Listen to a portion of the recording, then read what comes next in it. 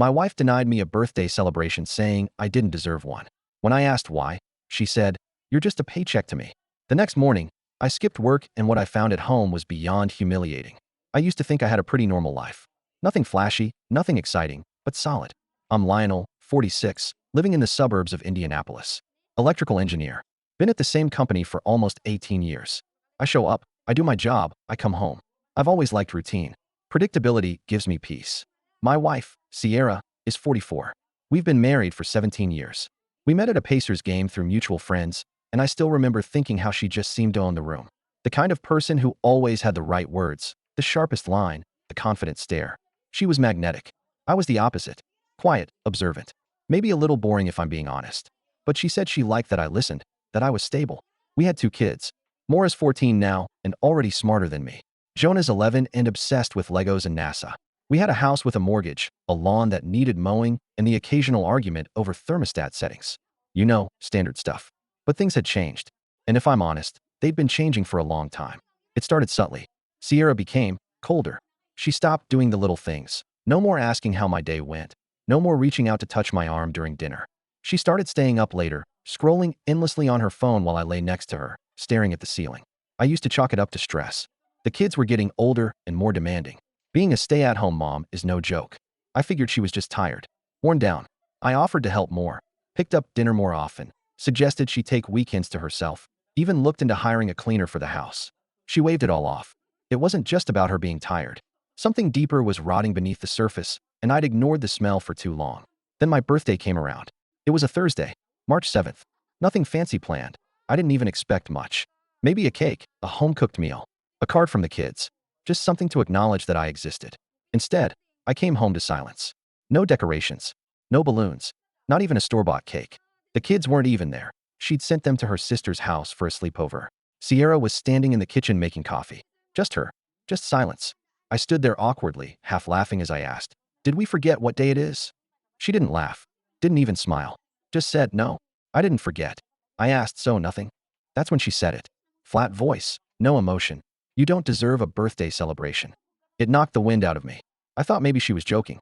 I asked what she meant. She finally looked at me and said, "You're just a paycheck to me, Lionel. That's all you've been for a long time." It was one of those moments where the world tilts. Like someone kicked out the floor from under you, and you just keep falling. I didn't know what to say. I couldn't speak. I just walked away. I barely slept that night. Every time I closed my eyes, I heard her voice. "You're just a paycheck." Over and over. Echoing. Mocking. I kept thinking, is this who she really is? Is this what she really thinks of me? All these years of working overtime, putting my dreams on hold, doing the responsible thing. I did that for us. For the family. For her. And now I'm reduced to income? I needed clarity. I needed space. So I did something I never do. I called in sick the next morning. I told her I was heading to work as usual. Same time, same routine. I got in the car, backed out the driveway, turned the corner, and parked 2 blocks away. I waited 15 minutes, watching the clock like I was on a stakeout. Something in my gut said go back. I walked back to the house and let myself in through the side door. Quiet. Careful. I wasn't even sure what I was looking for. Maybe I just wanted proof. Or closure. I didn't expect to hear the shower running. Upstairs. At 7:12 a.m. And it wasn't Sierra's humming. It was a man's voice. At first I froze. My body went cold, then hot, then back to cold. My breathing got shallow. I crept up the stairs 1 step at a time, each creak of the wood sounding like a thunderclap. The bedroom door was cracked open. I peeked through the opening. There she was, Sierra, wrapped in a towel, laughing, standing in front of our bathroom mirror. And then he walked out. A guy I'd never seen before. Maybe early to mid-30s, shirtless, confident, familiar in a way that made me want to throw up. He wrapped his arms around her from behind, kissed her neck. I didn't know what to do. I didn't barge in. I didn't yell. I couldn't move. I just backed away slowly. Every step felt like a betrayal. Every breath was betrayal. My heartbeat was so loud it drowned out everything else. I walked straight out the front door, got in my car, and drove. I ended up in a Kroger parking lot on 86th Street. Sat there for hours. Just sat. Watching people go in and out with groceries. Normal people. People who didn't just find out their life was a lie. Eventually, I called my old friend Quentin. We hadn't talked in a while. Life gets in the way, but he was the guy I knew would drop everything for me. He picked up on the second ring. I didn't even say anything at first. Just breathed. He said, "Where are you?" That night, I stayed on his couch. Told him everything. He didn't say much. Just poured us drinks, sat there with me. At some point he said, "You need to see a lawyer." Like now. The next morning I did. I went straight to the first law office that showed up when I searched divorce attorney near me. Place called Whitaker and Sloan, a modest little firm in downtown Indy. I barely remember the drive there. I was still running on fumes, and that strange numbness hadn't left my chest. The lawyer they assigned me was a woman named Priya, probably early 40s, calm and sharp in that way that made you feel like she'd seen it all.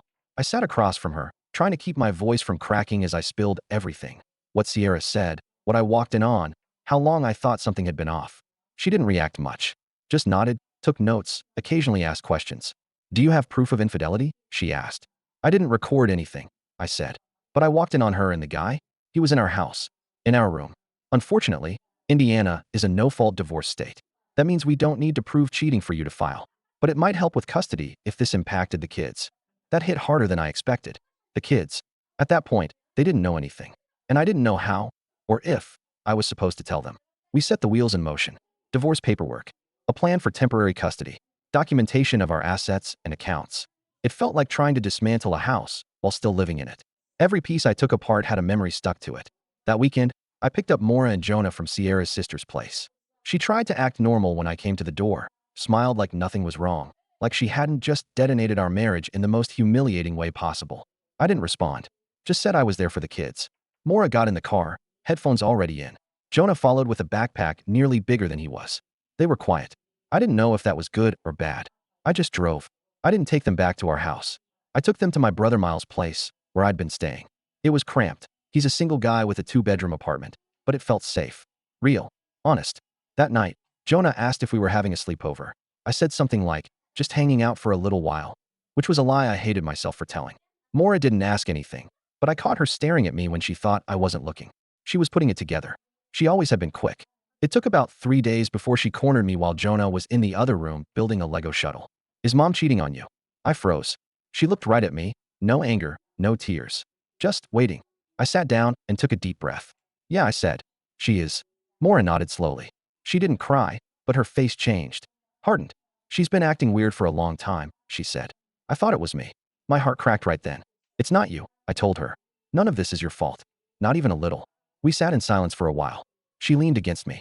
That was the first moment since everything fell apart where I didn't feel completely alone. Back at the house, Sierra kept trying to spin things. She messaged me a few times, saying she was confused, that she made a mistake, that maybe we should go to counseling. But it never sounded like regret. It sounded like damage control, like she was just trying to keep the ship from sinking. When I didn't respond, she started using the kids, guilt-tripping them, saying things like, "Tell your dad I'm sorry," or "I wish your dad would talk to me." Maura picked up on it right away. She started ignoring her mom's texts. Jonah, on the other hand, just got more quiet. He never cried, never asked for explanations. But at night, he'd ask me to sit next to his bed until he fell asleep. And sometimes I'd hear him whisper, "Is everything gonna be okay?"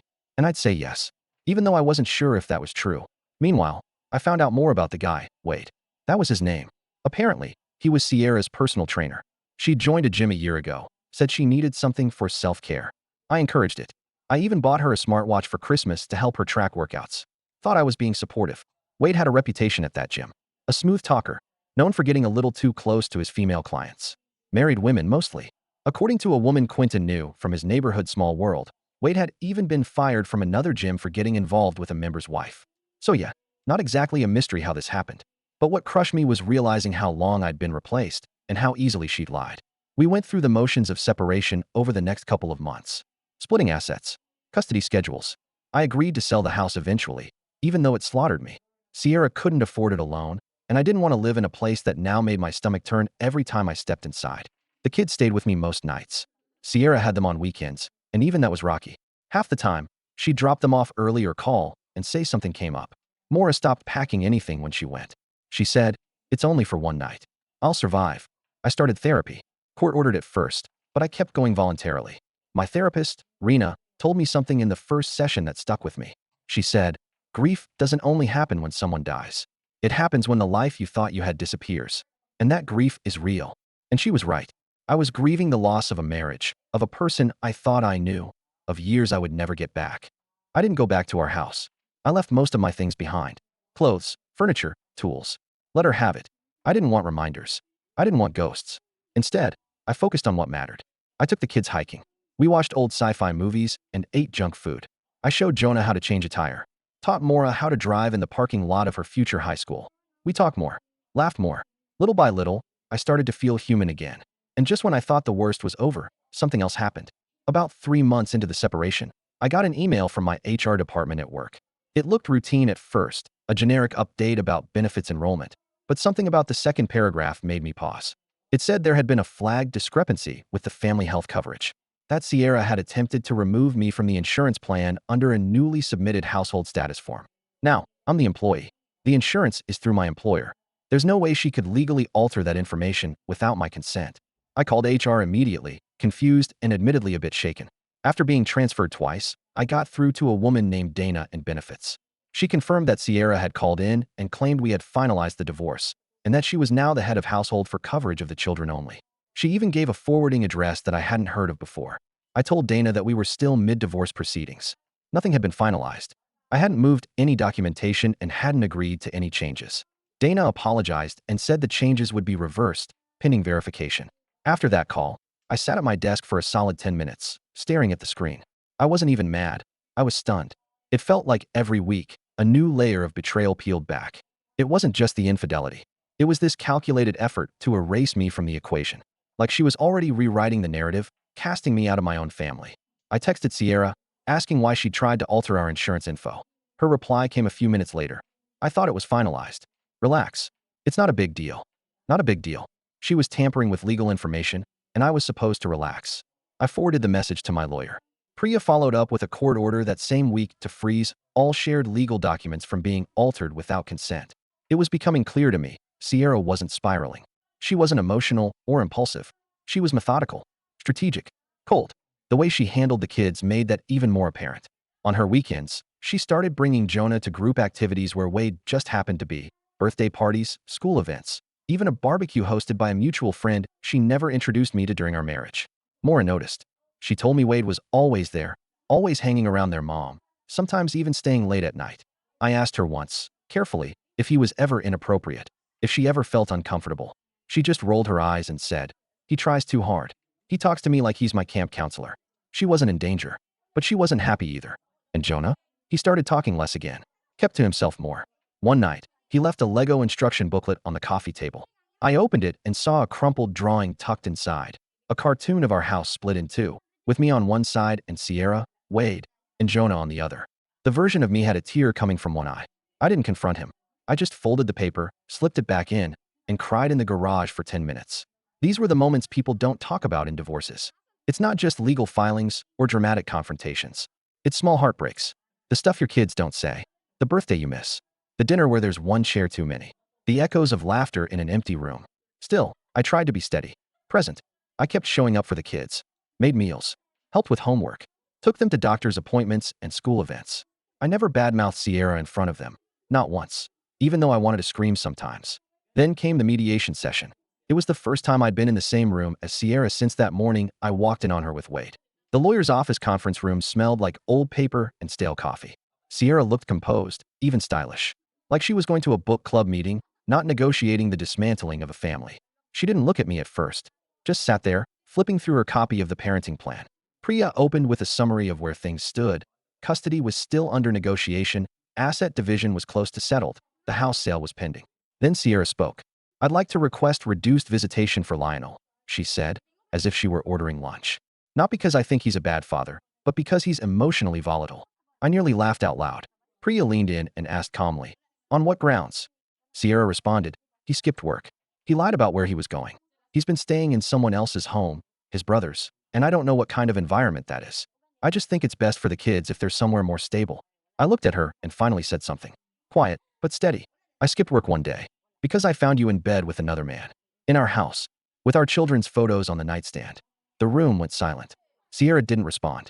The mediator, a woman named Carla, looked uncomfortable. She made a note and changed the subject. That moment didn't win me anything legally. But it gave me something more important, clarity. There was no doubt left. No question. I was fighting for something real. Sierra was trying to preserve an illusion. We left the meeting with the agreement mostly intact. Joint custody with primary residence awarded to me. Alternating weekends with Sierra. Financial arrangements still needed final signatures, but the custody issue was mostly resolved. Maura gave me a small smile when I told her. Jonah nodded, and asked if we could have pancakes that night to celebrate. That weekend, Sierra called. Not for the kids. For me. She asked if we could talk. About what? I asked. About everything. I paused. You mean the everything you've been avoiding for the last 6 months? She was quiet. Then she said, I don't know who I am anymore. I don't think I ever did. I should have felt something. Pity, maybe, or anger. But I just felt done. Maybe it's time you figure that out, I said. But I can't be the one to help you. I hung up. The days that followed that call were strangely quiet. Sierra didn't message again. No texts, no sudden drop-ins, no attempts to renegotiate parenting time. She just faded into the background, at least temporarily. For the first time in a long while, it felt like I could finally breathe. Not fully, because you never really breathe the same again after something like this, but enough to keep going without choking on the weight of it all. Maura started opening up more during our late-night kitchen talks. She'd always been observant, more adult than teenager in a lot of ways. One evening, while we were sharing popcorn and going over her biology notes, she said, You know, I used to think Mom was the strong one. I didn't know what to say to that. But she's not, she continued. She's just loud. There was no venom in her voice. Just understanding. It made my eyes sting. Jonah was harder to read. He carried everything inside, like a sponge that didn't know when to wring itself out. He stopped drawing houses split in two, but he also stopped drawing much at all. He still asked to sit near me when he did his homework. Still asked me to tuck him in. I made sure he knew I'd never be the parent who disappeared. Meanwhile, I kept meeting with Priya every other week. Divorce wasn't just a single event. It was a process, a timeline built on forms and filings, and far more waiting than I expected. She was patient and precise, a steady presence during a time when everything else felt unstable. We worked through the property division next. The house was appraised, and Sierra agreed to buy out my half using her share of our joint savings. I didn't fight it. I didn't want the house. Too many ghosts in the walls. Too many mornings I spent walking out the front door thinking I had a family waiting for me when I came home. Let her keep the shell. What got to me, though, was how she acted during that stage. So transactional. She'd ask about appliances like it was a Craigslist sale. Are you keeping the stand mixer or should I Venmo you for it? No trace of the woman who once cried with me in that very kitchen the day we brought Jonah home from the hospital. No flicker of the person who danced barefoot while cooking pasta on our 10th anniversary. She was like someone playing a role in a play that had already ended. Then, out of nowhere, Sierra sent me an email. Subject line, for your eyes only. It wasn't legal. It wasn't a threat. It was long, rambly, almost like a diary entry. She talked about how she never felt seen in the marriage, how she thought I stopped loving her years ago, how she found freedom in Wade but that it wasn't what I thought it would be. She mentioned depression, isolation, regret. She said she didn't expect forgiveness, only that I understand she didn't wake up one day intending to destroy our lives. I didn't reply. What was there to say? That I was sorry she felt invisible? That I wished she had spoken up before she tore our family in half? That I understood what it was like to feel alone while lying in bed next to someone every night? I didn't send anything, but I did save the message. Not as evidence, just as a reminder. A snapshot of the person she became, the person I didn't see, or maybe refused to see, for far too long. Around that time, Maura started seeing a school counselor. She said it helped. I was glad. She needed someone who wasn't me to process all of this. And I knew, deep down, that despite how strong she seemed, she was still 14. Still a kid. Jonah, too, started drawing again. I found a crumpled paper in his backpack. A picture of a rocket ship with 3 people waving from inside. One of them had glasses. Me. Another had long hair and headphones. Maura. The third was him, smiling. No Sierra. It hurt. Of course it hurt. But I couldn't change how they saw things. I could only show up. Every day. As consistently and lovingly as I could. The next major hurdle came when Wade tried to introduce himself to the kids formally. Sierra, in her boundless talent for poor timing, decided to do this during one of her weekend visitations. No warning. No heads up. Just a Saturday afternoon. And suddenly there's Wade at the bowling alley, trying to shake Jonah's hand like he's some cool uncle. Jonah told me that night that Wade smelled like too much cologne and called him buddy for times in an hour. Maura didn't even make it through the game. She texted me to come pick her up early. I brought it up during a follow-up mediation check-in. The court hadn't restricted Sierra from introducing a new partner, but Priya argued that it was premature and not in the children's best interest, especially without mutual discussion. It didn't lead to anything formal, but the mediator did recommend both parents avoid unnecessary confusion for the children. That was enough. Sierra backed off, for now, but I could see it all shifting. The woman I married was gone. The mother of my children still existed, but she was a stranger now, detached, trying to rebuild a life from a mess she made while pretending it hadn't stained everyone around her. Meanwhile, I was trying to figure out who I was outside of the role I'd played for nearly 2 decades. I wasn't just a paycheck. I wasn't just a dad. But who was I, really? I started doing things I hadn't done in years. Simple things. I took walks alone. I cooked new recipes. I started reading again. Books with actual plots, not articles about tax credits or parenting techniques. I even went to a trivia night with Quentin and some guys from work. And for the first time in years, I laughed, really laughed, at something stupid, something meaningless. And it felt good. But I wasn't healed. Not even close. Because just when I started thinking I'd seen every version of betrayal Sierra could offer, I got a call from the school. Not about Jonah. About Mora. The voicemail from Mora's school counselor was short and polite, but I could tell something was off. We'd like to schedule a meeting with you and Mora to talk about some concerns that have come up in her behavior and attendance. My chest tightened. I called back immediately and scheduled a meeting for the next afternoon. That night, I didn't bring it up to Mora. She was already closed off, barely touched her dinner, and went straight to her room. I knew better than to push when she was in that headspace. She was like me in that way. She needed time before she'd talk. At the school, the counselor, Ms. Holman, met us in her office. Small room, cluttered with motivational posters and tissue boxes. She was kind, gentle, but direct. She said Mora had started skipping her last period twice a week, that her grades were slipping, that she'd been observed eating lunch alone, head down, not engaging with her usual friends. Not in a way that screamed emergency, but enough to be a pattern. She seems distracted, Miss Holman said. Withdrawn. And when we asked if anything was going on at home, she just said, "You wouldn't believe me if I told you." I looked at Mora. She didn't meet my eyes. We sat in silence the whole drive home. I didn't ask her anything. Just let her sit with whatever storm was brewing inside. That night, she finally came to my room. Knocked once and walked in, still in her hoodie, hair messy, eyes red like she'd been holding back tears all evening. She sat at the edge of my bed. "I want to live with you full time," she said.